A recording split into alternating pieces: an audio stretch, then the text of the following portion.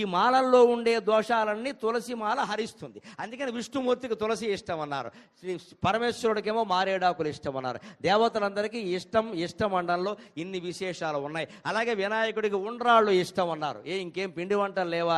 ఆయన ప్రాప్తం ఏమిటండి? శ్రీరామచంద్రమూర్తికి శ్రీకృష్ణుడికేమో వెన్నపూస పెడతారా? వెంకటేశ్వర స్వామికి ఏమో పంచభక్ష పరమాన్నాలు పెడతారా? శివుడికి కూడా, శ్రీరామచంద్రమూర్తి కూడా పానకాలు పెడతారా? శివరాత్రి కూడా రకరకాల పిండి వంటలు చేస్తారా? వినాయకుడికి ఒక్కడికైనా పాపం చప్పుడు ఉండాలు పడేస్తున్నారు.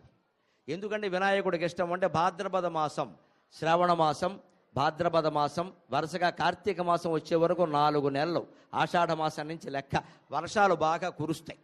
ఈ వర్షాలు కురిసే కాలంలో మన జఠరాగ్ని ఉంటుంది, డైజెషన్, ఆ అన్నం అరిగేటువంటి అగ్ని శక్తి అది బాగా క్షీణిస్తుంది, బాగా తగ్గిపోయి ఉంటుంది.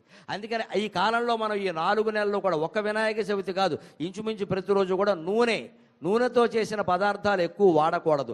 ఆవిరి మీద తయారు చేసిన కుడుములు, ఇడ్లీలు, ఉండ్రాళ్ళు, పిండి లాంటివే ఎక్కువగా తినాలి ఈ 4 నెలలు. అందుకే చాతుర్మాస్య దీక్ష చేస్తారు.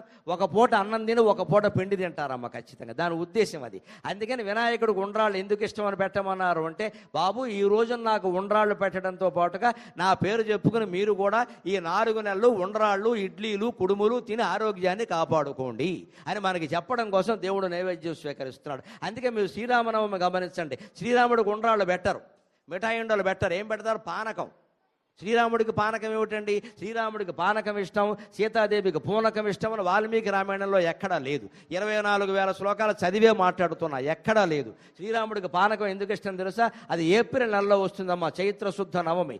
ఎండలు మండిపోతూ ఉంటాయి. ఇండియాలో ఎండలు మీకు తెలియందే ఉంది. ఇక్కడ మీకు ఫారిన్ హీటు, అక్కడ మాకు సొంత హీటు, సెల్సియస్ 102 ఉన్నా 106 ఉన్నా మీకు ఫారెన్ హీట్. మాకు అలా కాదు, 52 సొంత హీట్. అది చచ్చిపోతున్నాం అక్కడ హైదరాబాదులో కూడా తట్టుకోలేక.